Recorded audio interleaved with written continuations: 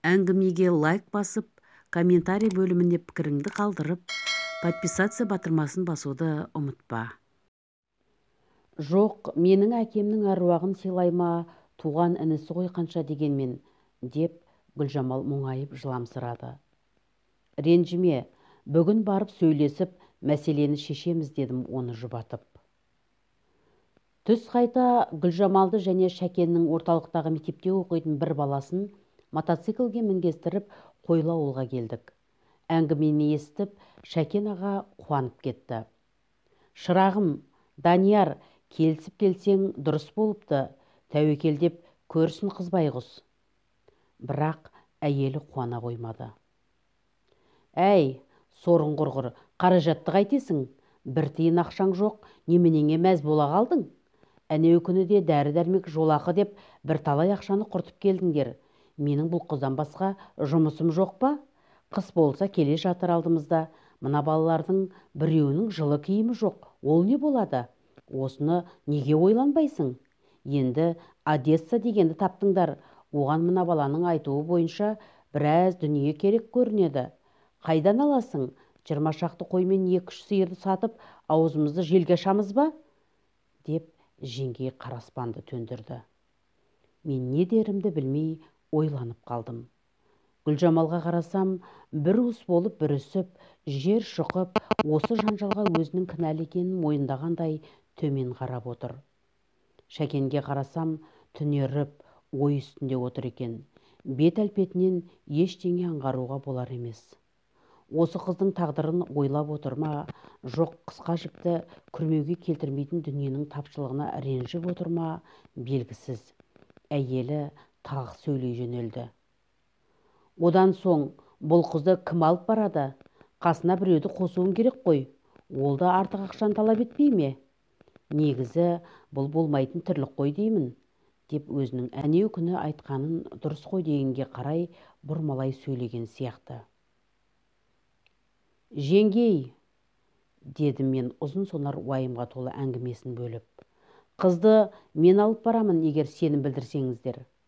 Азды көпті қаражат болса, оны да өзім табайын. Қарыз алармын, әйтеуір бірдеңесін қарастырармын. Шәкең мүмкіндік тауып, сәл жәрдем берсе дұрыс болар еді. Әңгіме сол мүмкіндіктің тапшылығында болып тұр ғой. Қызды бір өзің апармақшысың ба? Деді жеңгей маған тесіле қарап.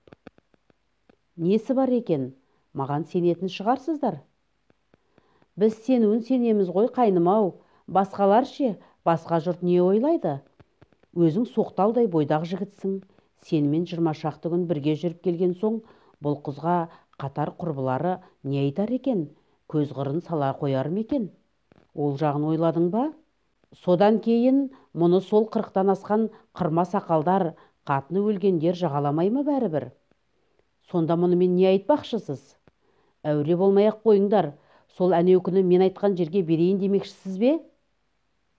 Берсе несі бар? Бір басқа бір көз жетеді деген сөз бар емес пе? Ол кісі сендерге ұқсап көз түгелдеп отырған жоқ. Бала шағасына үйіне еге болса болды.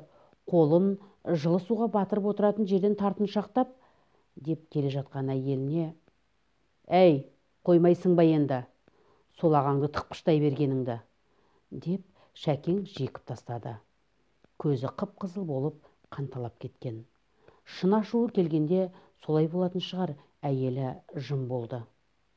Гүлжамалға көзім түсіп еді, көзілдіргінің астынан аққан жас тамшылары бетінен домалап түсіп, иегіне барып қалған екен. Аяп кеттім байғұс қызды. Бір басқа бір көз жетеді деген жеңгесінің сөзі көкейімде тұрып қалды. Тәуекел деп бір ойға бел буып отырмын. Ағайындарым, жолдастарым, апам не дер екен? Барып бір ауыз ойласқанда болар ма еді? Бірақ осы қазір бұл мәселенің бір шешімін таппасақ, мына әйел күні ертең бір ақыл тауып бой бермей кетуі мүмкін. Апам ақылды кісі ғой, мені түсінер деп түйдім ойымның соңынан. Шәке, дедім алға таман отырып. Қаражатты мен өзім табайын. Гүлжамалды өзім алып барайын. Бірақ мына жеңгейдің де сөзінің жаны бар. Ертең өсек гу етуі мүмкін. Сол өсектен аулақ болу үшін Егер Гүлжамал қарсылық етпесе, оған мен өзім үйленемін деп Құдай алдында уәде берсем ше? Үшеуі де маған аңтарыла қарады. Гүлжамал қимылдап бірдеңе дейін дегендей болып көрінген соң тез-тез сөйледім. Жоқ, Гүлжамал, егер өсек шығып әңгіме гуілдеген жағдайда демекшімін. Ал бұлайша өз қалауың білсін, 5 жас үлкен мені менсінбеуің де мүмкін. Өзім реңді де емеспін. Көзі епке келмей сол бойы қалса да үйленесің бе? Деді жеңгесі ентелей сөйлеп. Ондай жаман сөз айтпаңызшы, дедім оған жалына қарап.